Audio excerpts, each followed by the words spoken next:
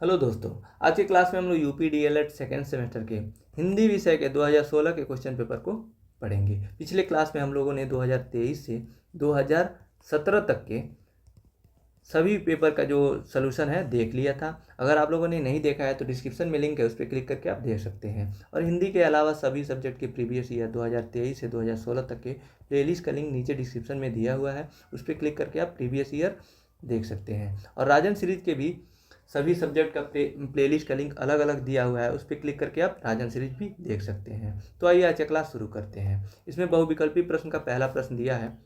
सबसे पहले,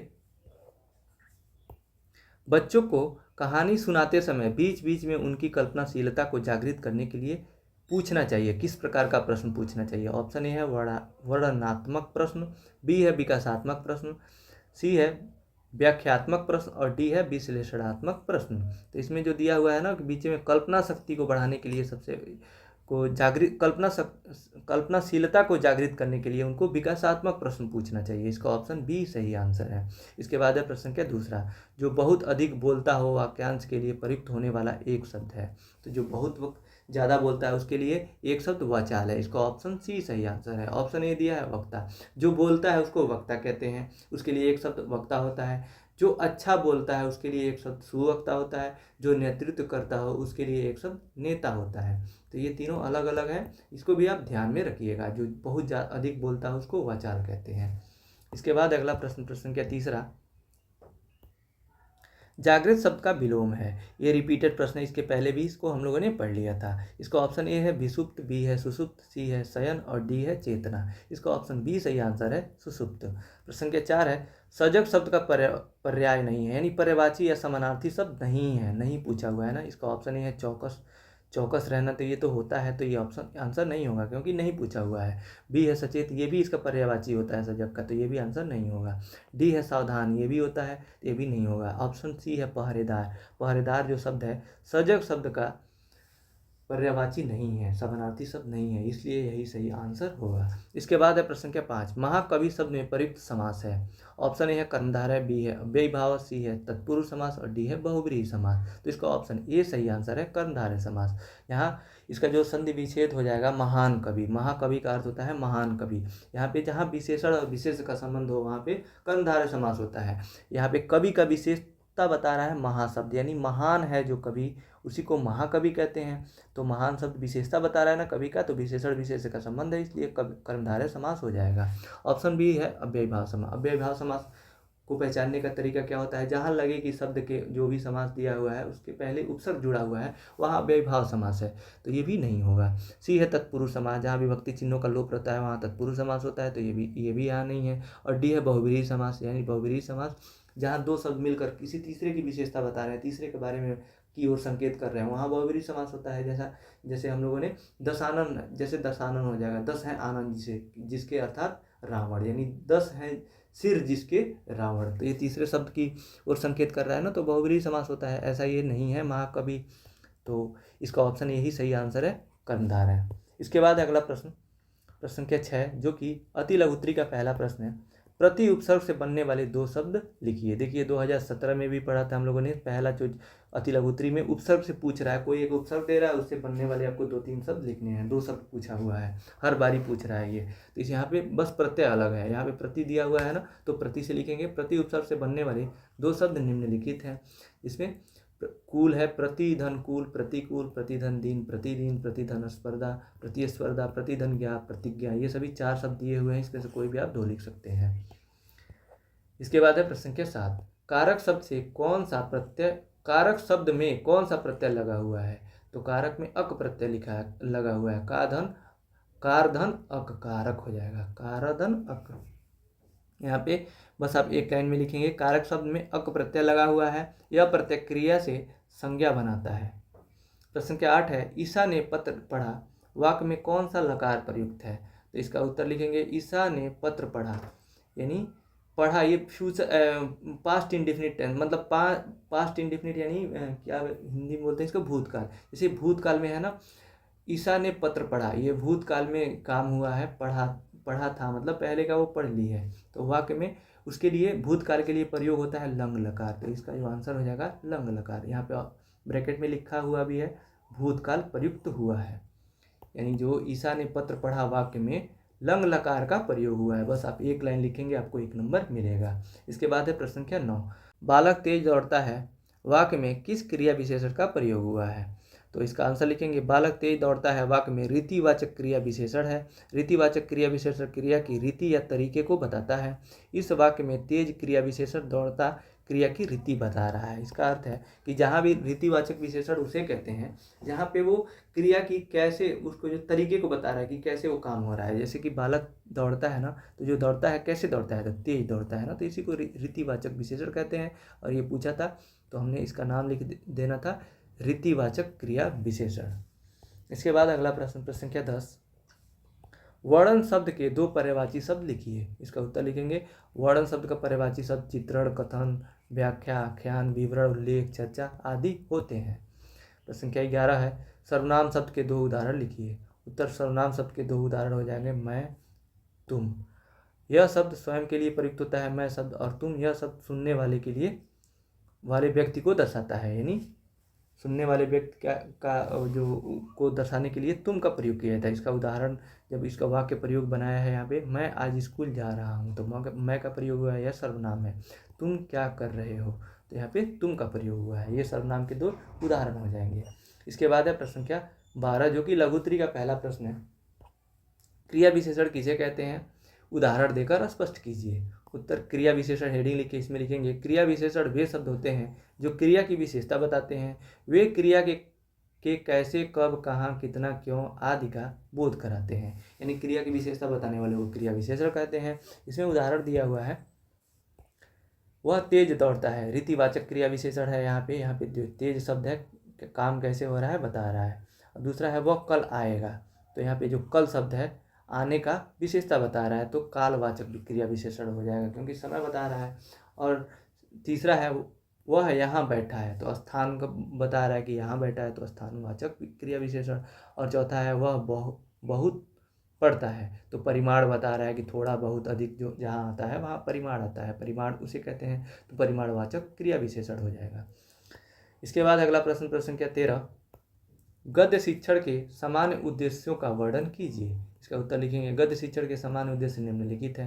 पहला है, ये भी प्रश्न रिपीटेड प्रश्न है, इसके पहले भी ये प्रश्न आया हुआ था, हम लोगों ने पढ़ लिया था। इसका पहला लिखेंगे भाषा ज्ञान का विकास। गद्य शिक्षण का मुख्य उद्देश्य छात्रों में भाषा ज्ञान का विकास करना है। गद्य को पढ़कर छात्र विभिन्न प्रकार के शब्दों और वाक्यों से परिचित होते हैं, जिससे उनका शब्द भंडार और भाषा कौशल विकसित होता है। दूसरा है विचारों और भावनाओं को व्यक्त करने की क्षमता का विकास। गद्य शिक्षण के द्वारा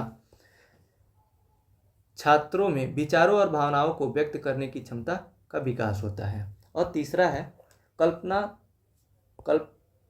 कल्पनाशीलता और रचनात्मकता का विकास। गद्य शिक्षण का उद्देश्य छात्रों में कल्पनाशीलता और रचनात्मकता का विकास करना है, जिससे नई चीज़ों को सोचने और बनाने में सक्षम होते हैं। और चौथा है सामाजिक और नैतिक मूल्यों का विकास। गद्य शिक्षण के द्वारा छात्रों में सामाजिक और नैतिक मूल्यों का विकास होता है, जिससे वे अच्छे और बुरे का अंतर समझने और अच्छे नागरिक बनने में सक्षम होते हैं। और पांचवा है मनोरंजन और आनंद। गद्य शिक्षण के द्वारा छात्रों को मनोरंजन एवं आनंद प्राप्त होता है। यहाँ पे पूछा हुआ था ना कि गद्य शिक्षण का उद्देश्यों को बताइए। यहाँ पे ये प्रश्न अगर जो पूछे गद्य शिक्षण का उद्देश्यों का वर्णन कीजिए, या फिर पूछे गद्य शिक्षण की विशेषता बताइए, या फिर पूछे कहानी शिक्षण का उद्देश्य बताइए, या फिर पूछे कहानी शिक्षण का विशेषता बताइए, ये 4 प्रश्न अगर जो पूछेगा तो इसका आंसर सेम ही रहेगा, क्योंकि इसके पहले ये पूछा जा चुका है कि कहानी शिक्षण का उद्देश्य बताइए, तो हमने ये सेम आंसर वहाँ बताया था।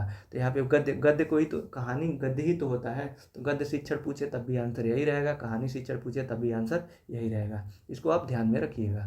इसके बाद है प्रश्न संख्या 14, वाक्य किसे कहते हैं, सोहदारण स्पष्ट कीजिए। इसका उत्तर दिया है, शब्दों का ऐसा समूह होता है जो किसी पूर्ण अर्थ को व्यक्त करता है।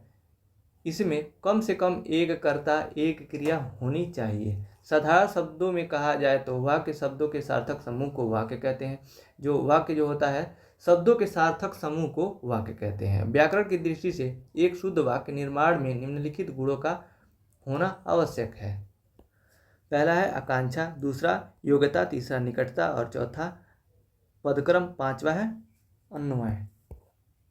उदाहरण के लिए पहला दिया है लड़का दौड़ता है। यह वाक्य में एक कर्ता लड़का और एक क्रिया दौड़ता से बना है। वहाँ ऊपर लिखा हुआ था ना कंडीशन वाक्य बनने का, कि शब्दों के समूह के सार्थक समूह को वाक्य कहते हैं और वाक्य में कम से कम एक कर्ता और क्रिया होना चाहिए। तो वहीं यहाँ ब्रैकेट में लिखा हुआ है कि इस वाक्य में एक कर्ता लड़का है और इसमें क्रिया एक है दौड़ता।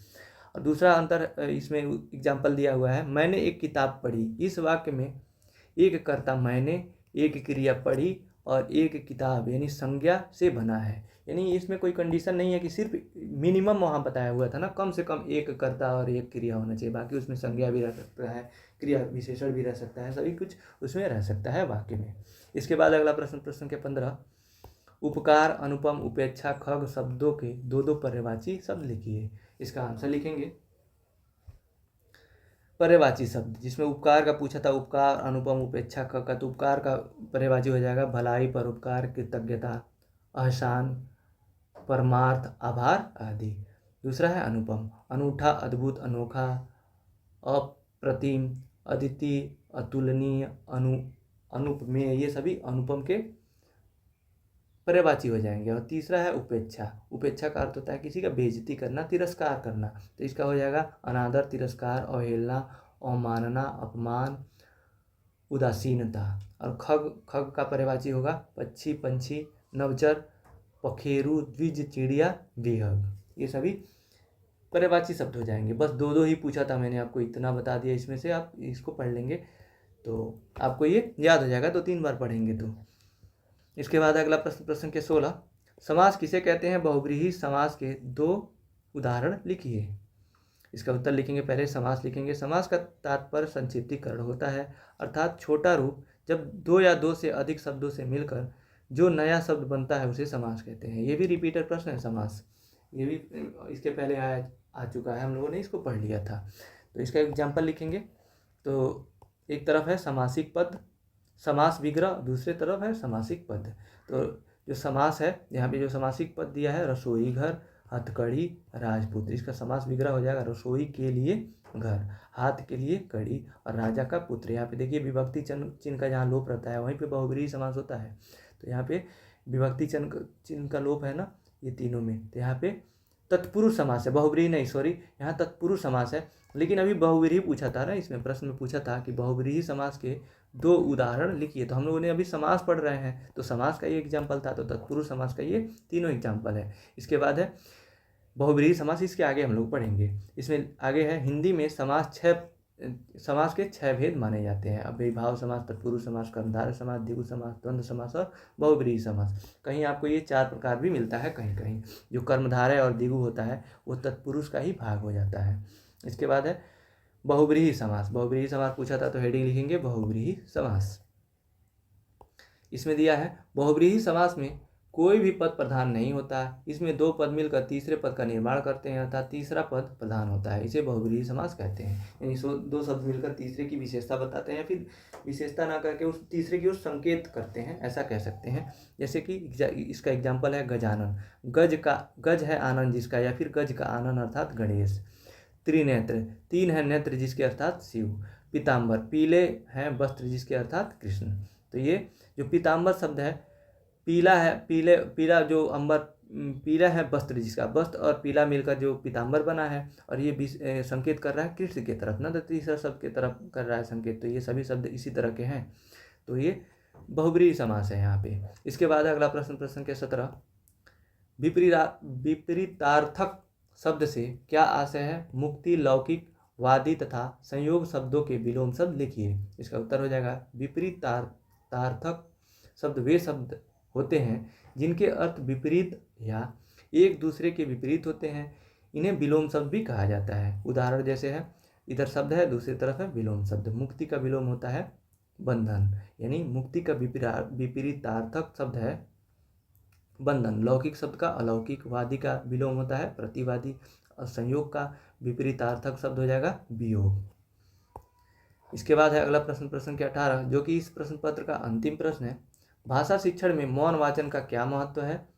संक्षेप में लिखिए। तो ये भी प्रश्न रिपीटेड प्रश्न है। ये भी प्रश्न पीछे आया हुआ था, हम लोगों ने पढ़ लिया था।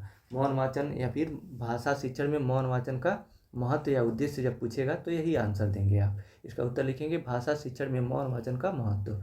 मौन वाचन भाषा शिक्षण का एक महत्वपूर्ण पहलू है, जिनमें शामिल है, क्या क्या शामिल है? पहला है पढ़ने की गति और धारा प्रवाह में वृद्धि।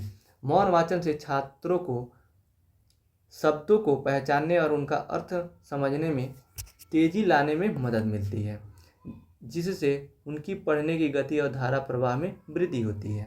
दूसरा है अवधारणा में सुधार। मौन वाचन छात्रों को पाठ पर ध्यान केंद्रित करने और मुख्य विचारों को समझने में मदद करता है, जिससे उनकी अवधारणा में सुधार होता है।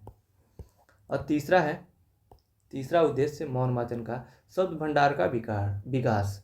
मौन वाचन छात्रों को नए शब्दों से परिचित कराता है और उन्हें उनके अर्थ समझने में मदद करता है। चौथा है एकाग्रता में वृद्धि। मौन वाचन छात्रों में एकाग्रता विकसित करने और ध्यान केंद्रित करने में मदद करता है। पांचवा है आत्मविश्वास में वृद्धि। मौन वाचन छात्रों को अपनी पढ़ने की क्षमता में आत्मविश्वास विकसित करने में मदद करता है। ये सभी मौन वाचन की विशेषताएं हो जाएंगी। इसी के साथ आज का क्लास यहीं समाप्त होता है। इस क्लास का PDF आप टेलीग्राम चैनल से ले सकते हैं, जिसका लिंक नीचे डिस्क्रिप्शन में दिया हुआ है। इस सब्जेक्ट के अलावा सभी सब्जेक्ट के प्रीवियस ईयर का जो PDF है वो टेलीग्राम चैनल पे पड़ा हुआ है। वहाँ पे आप टेलीग्राम चैनल ज्वाइन करके वहाँ से आप ले सकते हैं, और ये सब फ्री है, इसका कोई चार्ज नहीं है। तो इस वीडियो को देखने के लिए आपको बहुत बहुत धन्यवाद दोस्तों।